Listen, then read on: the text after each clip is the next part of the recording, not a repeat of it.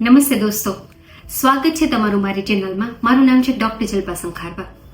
જ્યારે કોઈ પણ ફિમેલ પ્રેગ્નન્ટ થાય છે અને પ્રેગ્નન્સી કન્સીવ થાય છે એટલે એના મનમાં ઘણા બધા ક્વેશ્ચન્સ આવતા હોય છે.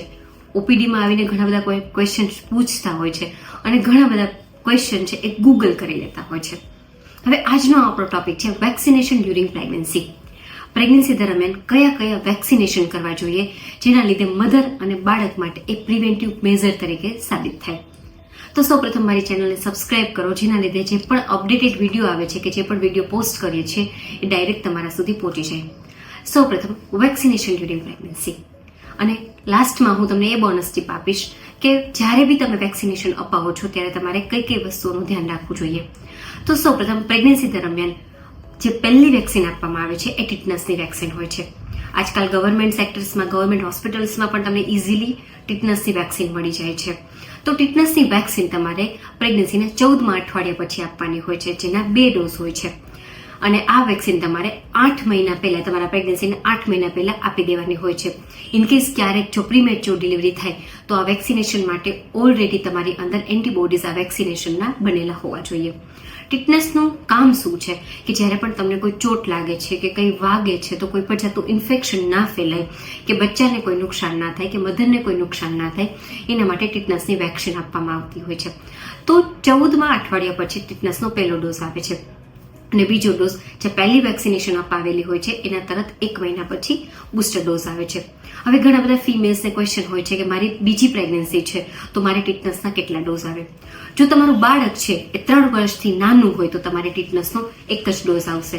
અને તમારી બીજી પ્રેગ્નન્સી હોય અને તમારું બાળક છે 3 વર્ષ કરતાં મોટું હોય તો તમારે 2 ડોઝ આવશે. આઈ રિપીટ, જો તમારી બીજી પ્રેગ્નન્સી છે અને તમારું બાળક 3 વર્ષ કરતાં નાનું છે તો ટીટનસનો 1 ડોઝ આવશે. અને જો તમારું બાળક 3 વર્ષ કરતાં મોટું છે અને તમારે બીજી પ્રેગ્નન્સી છે તો તમારે ટીટનસના 2 ડોઝ આવશે. તો આપણે વાત કરી ટીટનસની વેક્સિનેશનની. હવે જે મેઇન વેક્સિનેશન છે કે ઘણા બધા લોકો અફોર્ડ નથી કરી શકતા. જો તમારી આ વેક્સિનેશન તમે અફોર્ડ કરી શકતા હોય તો તમારે આ વેક્સિન જરૂર લેવી જોઈએ, જેનું નામ છે ફ્લૂ વેક્સિન, જેને આપણે ઇન્ફ્લુએન્ઝા વેક્સિન પણ કહીએ છીએ, જે પ્રેગ્નન્સીના 2nd થી 3rd ટ્રાઇમેસ્ટરમાં, એટલે કે 2nd અને 3rd ટ્રાઇમેસ્ટરમાં લેવાની હોય છે. અને આ વેક્સિનેશનનો 1 જ ડોઝ આવે છે. આ વેક્સિનેશન તમને જે મોન્સૂન અને વિન્ટરમાં જે ફ્લૂ થતો હોય છે એનાથી તમને અને તમારા બચ્ચાને રક્ષણ કરશે. આ વેક્સિન પર તમારે જો બીજી પ્રેગ્નન્સી હોય તો પણ અપાવવી કમ્પલસરી છે, પણ એના માટે તમારા ડૉક્ટરને કન્સલ્ટ કરી, તમારા ગાયનેકોલોજીસ્ટ તમને એડવાઇસ કરે તો જ આ વેક્સિન આપવી જોઈએ. Number 3, Tdap vaccine. આ વેક્સિનેશનને લઈને ઘણા બધા ક્વેશ્ચન્સ થતા હોય છે, ઘણા બધા કોન્ટ્રાઇન્ડિકેશન બી થતા હોય છે કે ટીટનસની વેક્સિન તો લઈ લીધી છે તો હવે ટીડેપની વેક્સિનેશન લેવાની શું જરૂર છે. તો ટીડેપ વેક્સિનેશનમાં જે ટીટનસ, ડિપ્થેરિયા અને પર્ટુસિસ સામે રક્ષણ આપે છે. તો અગર તમે ટીટનસની વેક્સિનેશન લીધેલી છે તો તમે ટીડેપની વેક્સિનેશન પણ લઈ શકો છો, પણ આજકાલ ડૉક્ટર મિક્સ ડોઝ આપે છે, ટીડેપનો મિક્સ ડોઝ આપે છે, તો એ પણ તમે લઈ શકો છો. ટીડેપની વેક્સિનેશન તમે અલગથી પણ લઈ શકો છો, જેનો 1 ડોઝ આવે છે, જે પ્રેગ્નન્સીના 2nd અને 3rd ટ્રાઇમેસ્ટરમાં ડૉક્ટર્સ આપવાનું એડવાઇસ કરતા હોય છે. તો આ આપણે વાત કરી વેક્સિનેશન ડ્યુરિંગ પ્રેગ્નન્સી. જો ફ્લૂ વેક્સિનેશન તમને પોસાય એમ હોય તો જ તમારે લેવી જોઈએ, બાકી ટીટનસની વેક્સિનેશન છે એ કમ્પલસરી છે. હવે આપણે વાત કરીશું કે જે પણ ફિમેલ પ્રેગ્નન્સી દરમિયાન વેક્સિનેશન માટે જાય છે તો કઈ બાબતોનું ધ્યાન રાખવું જોઈએ. સૌપ્રથમ ભૂખ્યા પેટે ના જવું જોઈએ, ફૂલ પેટે જમીને જવું જોઈએ.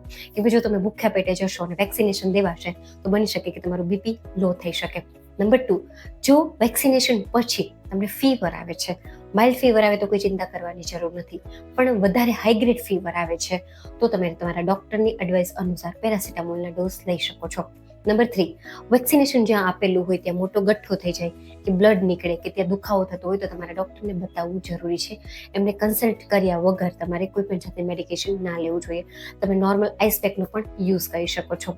તો આજના વિડીયોમાં આપણે વાત કરીને વેક્સિનેશન ડ્યુરિંગ પ્રેગ્નન્સી અને જ્યારે પણ વેક્સિનેશન અપાવવા જઈએ છીએ ત્યારે કઈ કઈ બાબતોનું ધ્યાન રાખવું જોઈએ. આના રિલેટેડ કોઈ પણ ક્વેશ્ચન કે ક્વેરી હોય તો તમે મને કોમેન્ટ સેક્શનમાં જરૂર પૂછી શકો છો. Thank you so much and take care.